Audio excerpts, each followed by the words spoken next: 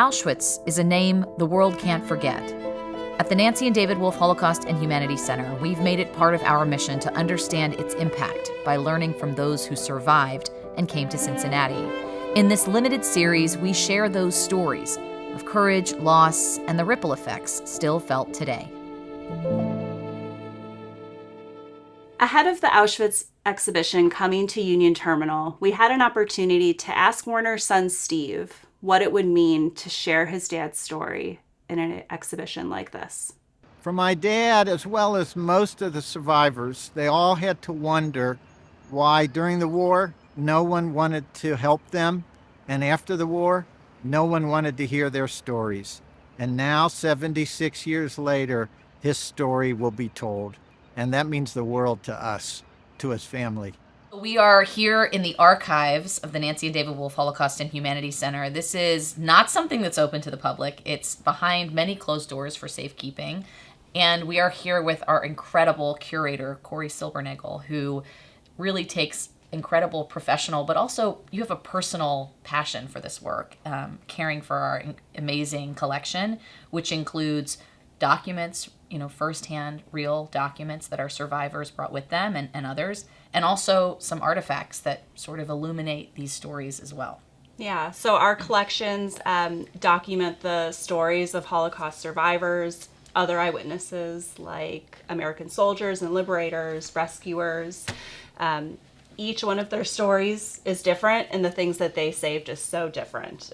So today I want to share with you some of Werner Coppel's collection. Yeah. Werner was someone who was very close to our center because sharing his story was really important. So He was like a pioneer in doing it. absolutely, yeah. Walk us through a little bit of what you have in these, but I need to put my gloves on. Yes, Because yeah. we are very careful. If you want to touch anything, That's wear right. your gloves. To make sure that we are not... So the first things I want to show you today are two photographs of Werner.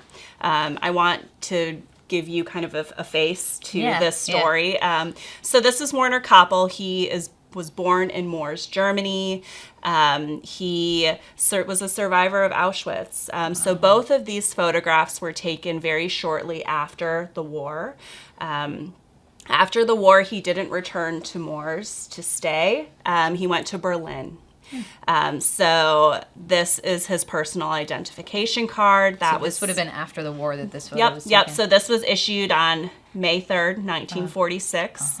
And we can learn a lot about Werner from this card. We learn that he was born in 1925, his hometown, first name, last name, even his fingerprint is there. Wow. And then another photograph of him. So the German government post-war issued these for anyone or for people who were... Yeah, so he was German, but he was also stateless, right? Yeah. So this document would have been probably one of the first identification documents that was issued to him. This isn't his passport. This is just his national identification card. Wow. Yeah. Wow. And this portrait of him, which was also taken after the war. This is featured prominently in our Points of Light theater. It is. And if you have not been down to the museum, you need to come because we have an amazing Yeah. film that talks about Werner and his story and the activation of his strengths in that story. And this image sticks in my mind from that film. Yeah, so Werner's story is one of the stories that's throughout the entire museum. So we start the museum experience sharing his story in the lobby, and then it continues throughout. Werner's a great example of just one person who I think found a moment to speak up. And that's what that film is about. Yeah, powerfully. Yeah, absolutely. So let me share over here. We kind of continue revealing Werner's story through the archives. So this is an affidavit that was issued by Sam Funk in 48. Living in Avondale at the time. Yep, so he's living in Avondale, but he owns a farm in New Richmond in Claremont County. This is an affidavit that really, in many ways afforded Werner and his family their American visas to immigrate. Wow. So Sam Funk is sponsoring Werner, noting that he's going to give Werner employment, that he won't, be a burden on American society. Yeah, yeah. And you had to have that in order to immigrate as a refugee, Yeah, right? You had to be able one of many documents, yeah. So this document notes, Werner's name and includes his wife, and he had a son that he came with, Ron. Werner and Trudy, his wife, had 2 sons, Ron and Steve. Ron was just a baby when they arrived here, and then Steve was born in Cincinnati. And that's his quote, I arrived in Cincinnati with a wife, a baby, and a suitcase, right? Absolutely. Yeah. Absolutely. There was the baby. Yep. Wow. Then, kind of continuing the story, we have his public school certificate of citizenship classes. So Werner and all of the new immigrants arriving to Cincinnati or elsewhere, whether they were coming from Germany or somewhere else, they wanted to become American citizens. So many people took night classes to learn English. They took citizenship classes to, learn a variety of things. And Cincinnati Public Schools facilitated that in our community. At the time. So this is Werner's certificate. We also have Trudy's in I was going to say, and I think Trudy's is the one actually that's in the stairwell, right? On the way down to the museum. Yeah. So again, you come to the museum and you can see this, in large print, the facsimile of it, proudly sort of on the wall there, down the stairs as you come into the museum. I was assumed that Werner had one obviously as well, but I've never seen it. Yeah. I've never seen it. So this was issued in 1954. They gained citizenship shortly after. Werner was part of New Hope Synagogue in Cincinnati. He was connected to the Jewish community here. And he was someone who I think he shared his story, but not very publicly for a long time. So the next thing I will show you is this article.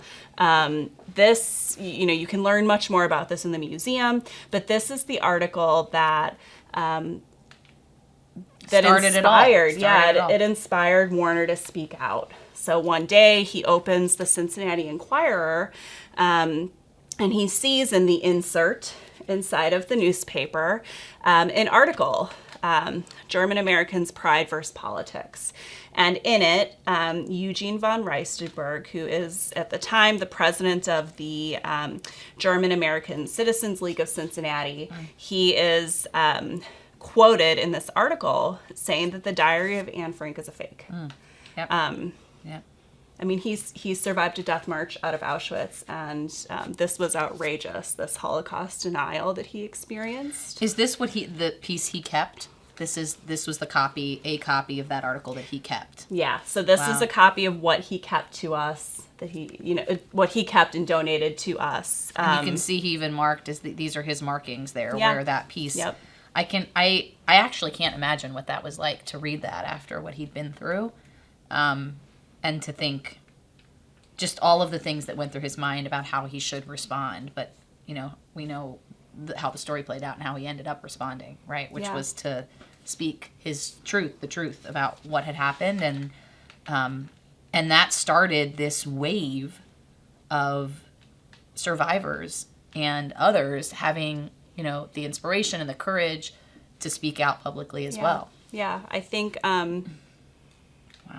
Werner, again, is just an example of one person who, found a way to react, and he found a way to, write the good history instead of to, continue to play into this general Holocaust denial and to be silent and to ignore it. He wanted to let people know that the Holocaust certainly did happen. Because he was there and he experienced it. Yeah. And I think about the need, we would like to think that this whole trend of Holocaust denial, revisionism, etc., that's a crazy thing that happened back then and it's not around anymore. Unfortunately, we know that there's a growing school of that. And I think about Werner and his choice to speak and his courage as sort of a grounding. I mean, I know for all of us, it's a grounding piece of the work that we do every day, right? It's in a moment of continued, proliferation of hate and anti-Semitism and Holocaust denial, remembering how he chose to respond to that by educating and by illuminating is really powerful, and I think it's instructive for all of us as we keep doing the work. So, and Werner's just one act, which then again is this ripple effect that carries through the rest of his life of continuing to speak and speak and speak more and more. It reminds me doing that work that we can have soft voices, but make a huge impact. Oh, I love that. So, it is so true, and I talk about this sometimes in the Humanity Gallery as I'm leading tours, but it's the same thing here. Werner didn't wake up one day and say, oh, I envision this future with an archives like this and, a museum that educates. He said, I need to respond to this. I need to figure out how to act. This has activated me in a way that that calls me to meet this moment. And he did. And to your point, the ripple of that, right? That became this and that became this, and other survivors were inspired to speak. And he found sort of this, rhythm of education that he carried with him throughout the rest of his life. And here we are today because of it. So really special. And there's one other piece that I want to see here. Sure. So there's one other item I pulled out from Werner's collection that is really, really special. We don't exhibit it often in the museum because it's in very poor condition. But this is a Haggadah that is used during Passover Seder. This Haggadah was buried in Berlin during the war. It wasn't buried by Werner, by someone else. But after the war, when Werner was in Berlin, he and others unearthed these items, which included Judaica, prayer books, and this Haggadah was part of that. Wow. So it was used in one of the first Seders after the war, and he brought it with him here to Cincinnati. So, Werner's connection to Judaism, his connection to his culture, to his family, his tradition, I think was really important to him, and I'm certain that must have kind of called him to speak. Informed his activism in that moment, and his telling of his story. This, I was getting choked up just looking at this, and being so close to it. Something that survived, right? Such a catastrophic chapter of history, and I just think about the amazing survival and perseverance of the Jewish tradition, and the fact that you could look back over chapters of Jewish history for thousands and thousands of years, and whether they're collapsible menorahs, that were hidden during, I think it was actually during the Inquisition. I saw one in a museum at one of the synagogues, the Moorish synagogues in the South, to something like this that, Jews at the time knew that there were going to be other Jews who would need this. They had the forethought and the hope and the audacity to know that this wasn't going to be the end of the Jewish story, and that there would be Jews who would need this. And they kept it, and they saved it, and they hid it. And the fact that it was found and it continues today is just really powerful. Yeah.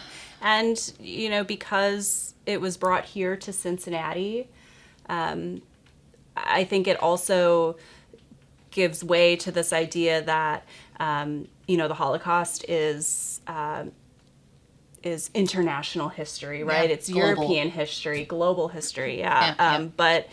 But it's our local history too. And this Haggadah also has a story here, that part of its story continues here, and it continues today. Yeah. Do you know if he ever used it after he found it, or I'm sure he wanted to keep it?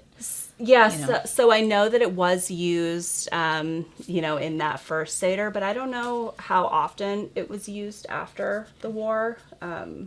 It'd be an interesting question to ask Steve or Ron if they remember having this in their home growing up, or... Yeah, and the story of the Haggadah, for those who don't know the Passover story, is all about liberation, right? The whole thing is about a journey to freedom and, having a piece that survived its own chapter of liberation, its own chapter of, that is really, really amazing. Wow. Yeah. Well, people will get a sneak peek of something that we don't often put in the museum because, again, it's so fragile. You can tell just by looking at it. It's a treasure, though. It's really, everything in our archives tells a really important story, but this is a story that, we have to be sharing and we can't forget. Yeah, absolutely. Thank you for sharing with me. So there's one other piece that I know you want to show folks, and I can't wait for people to see because it's just so special. Yeah, so this is another piece in our collection that we don't often share in the museum, but it's amazing. It has an amazing story. So this is the suitcase that Werner and Trudy packed all of their belongings in and traveled to Cincinnati with. Wow. So Werner, when I used to hear Werner speak, he spoke to students as long as he could. When Werner would share his story, he would always begin by saying, "I arrived in Union Terminal with a wife, a baby, and a suitcase." And he would say, "That began the second part of my life. Now let me go back and tell you about what happened before." So this suitcase is that suitcase that he would talk about.